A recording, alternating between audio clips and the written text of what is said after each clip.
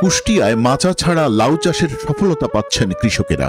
স্থানীয় উদ্যোক্তারা বলছেন, ইচ্ছাশক্তি ও পরিশ্রম থাকলে কৃষিকাজের সাফল্য লাভ করা সম্ভব। মাচা ছাড়া লাউ চাষ করে ব্যাপক সাড়া ফেলেছে কুষ্টিয়া দৌলতপুর উপজেলার পিয়ারপুর গ্রামের কৃষক শাহিন হোসেন। আমরা এখানে মরিচের আবাদ করি।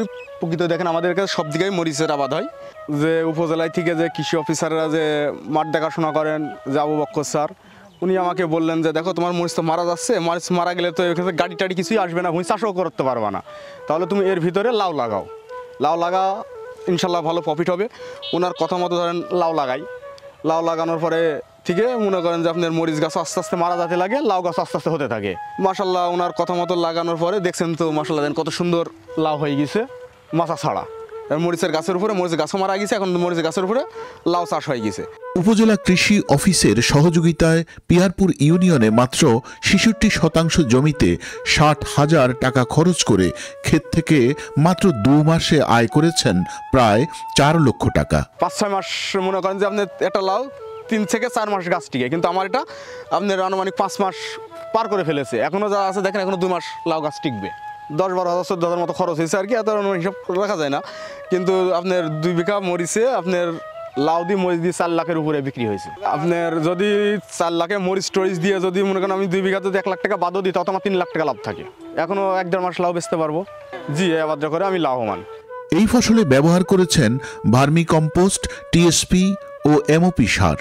ক্ষেতে এখনো রয়েছে ২,০০০-এর অধিক ছোট বড় লাউ।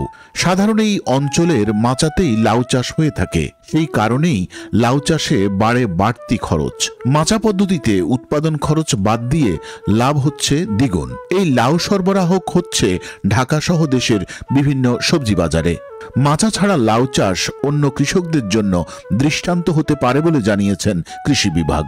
এরই মধ্যে কৃষক মোহাম্মদ শাহিন হোসেনের মরিচ ও মাচা ছাড়া লাউয়ের ক্ষেত পরিদর্শন করেছেন কৃষি সম্প্রসারণ অধিদপ্তরের কর্মকর্তারা। আমরা তো জানি যে লাউ চাষে আমরা মাচা তৈরি করে লাউ করে থাকি মূলত, কিন্তু উনি সেটা করেননি।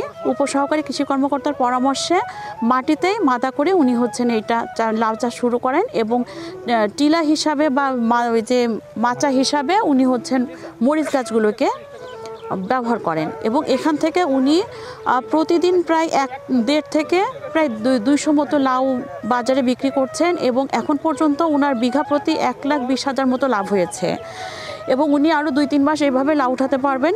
কারণ আমাদের এখানে নতুন একটা প্রযুক্তি আমি যেটা বলবো সেটা হচ্ছে ডগা থেকে নতুন করে আবার চারা গজাচ্ছে। সাথী ফসল হিসাবে মরিচ থেকে উনি প্রথমে যে বিঘা প্রতি ১ লাখ টাকা পেয়েছেন, পরবর্তী সময় দেখা যায় উনি লাউ আবাদ করেছেন এবং এই লাউটা মরিচের উপরই মাচার মতো কাজ করেছে।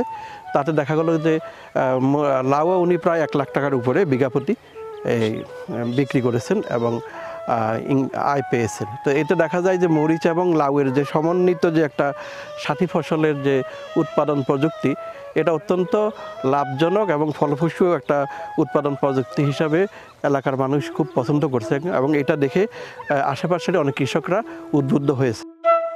স্থানীয় কৃষকদের মতে সঠিক পরিকল্পনা ও কৃষি অফিসের পরামর্শ পেলে এই ধরনের ফসলের চাষ এই অঞ্চলে কৃষিকে আরও এগিয়ে নিয়ে যাবে, যেটি ভবিষ্যতে সমগ্র বাংলাদেশের কৃষিতে নতুন সংযোজন হতে পারে।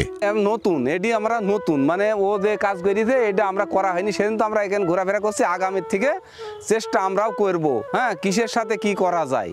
কৃষি আবাদের সাথে আমার সম্পর্ক আছে হলো প্রায় ১০ থেকে ১২ বছর এই আবাদ করি। তার মধ্যে এটা আছে প্রথম মানে নিজের ইচ্ছা মতো মানে দেখি যে কোন অবস্থায় মাছালের থেকে এটা লাভবান হবে না মাছালে লাভবান হবে।